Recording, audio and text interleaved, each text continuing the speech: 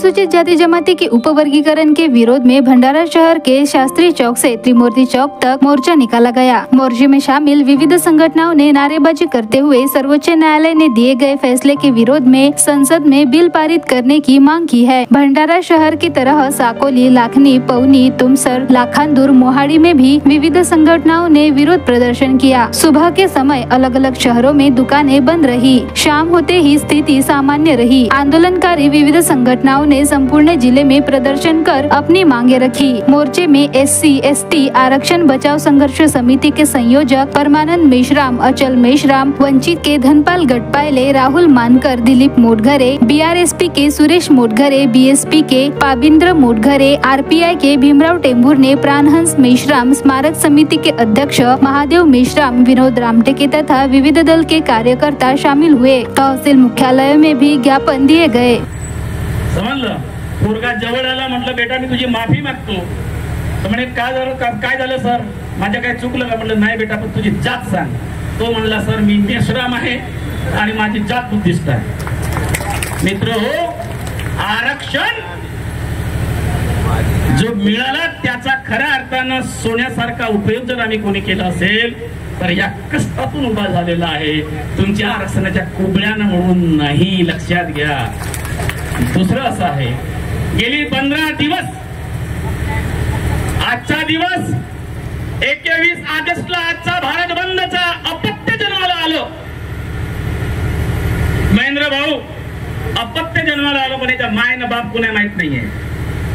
सलाम करतो तुम्हाला की एका हाकेवर तुम्ही आलात राजे हो। डोळ्यात अश्रू आहे, धाकधूक लागली तुम्ही की हा आरक्षण हा बंद होते की नाहीये, कारण भंडाऱ्यामध्ये काम करत असताना अनेक संकटाला सामोरं जावं लागलं, पण तुम्ही हे यशस्वी करून दाखवला। आता प्रश्न खरा अर्थानं आहे, सुप्रीम कोर्टानं या आधीचा पंजाब सरकार विरुद्ध आणि त्या आंध्राच्या विरोधामध्ये सुप्रीम कोर्टानं त्या काळामध्ये निलेश सुप्रीम कोर्टानं त्यावेळेस रद्दबातल ठरवलं होतं या पद्धतीच्या आरक्षणाच्या विरोधामधली अपील।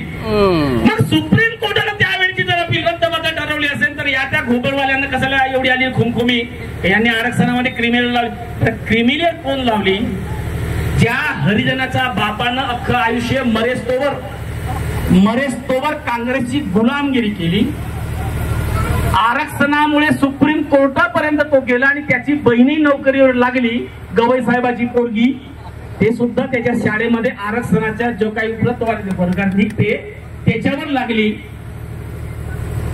तो सुप्रीम कोर्टाचा माननीय न्यायाधीश म्हणतो की यांना आता क्रिमिनल लॉ तुझ्या बापाची खेती आहे, अख्खं आयुष्य तुझ्या बापाने काँग्रेसची दलाली केली, समाजाला विकून काढलं, आणि तू आता भाजपावाल्याच्या म्हणजे लोयाच्याही प्रकरणामध्ये ज्या पद्धतीचा हात ज्याचा उपयोग केला गेला, तो सुप्रीम कोर्टाचा हा हरिजन न्यायाधीश, तुम्ही त्याला जयभीमवाला म्हणता, मला वाईट वाटतं, लाज वाटते, हा हरिजन न्यायाधीश क्रिमिलियरची अट लावते। मित्र लक्षात, क्रिमिलियरची अट समजते, तुमचा उत्पन्न वाढला असेल, या उत्पन्नाच्या पलीकडे जर तुमचा काहीतरी जात असेल तर तुम्हाला उद्यापासून आरक्षणाचा आणि स्कॉलरशिपचा फायदा मिळणार नाही।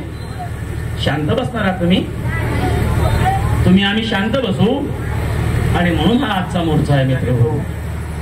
शेवटचं म्हणतोय,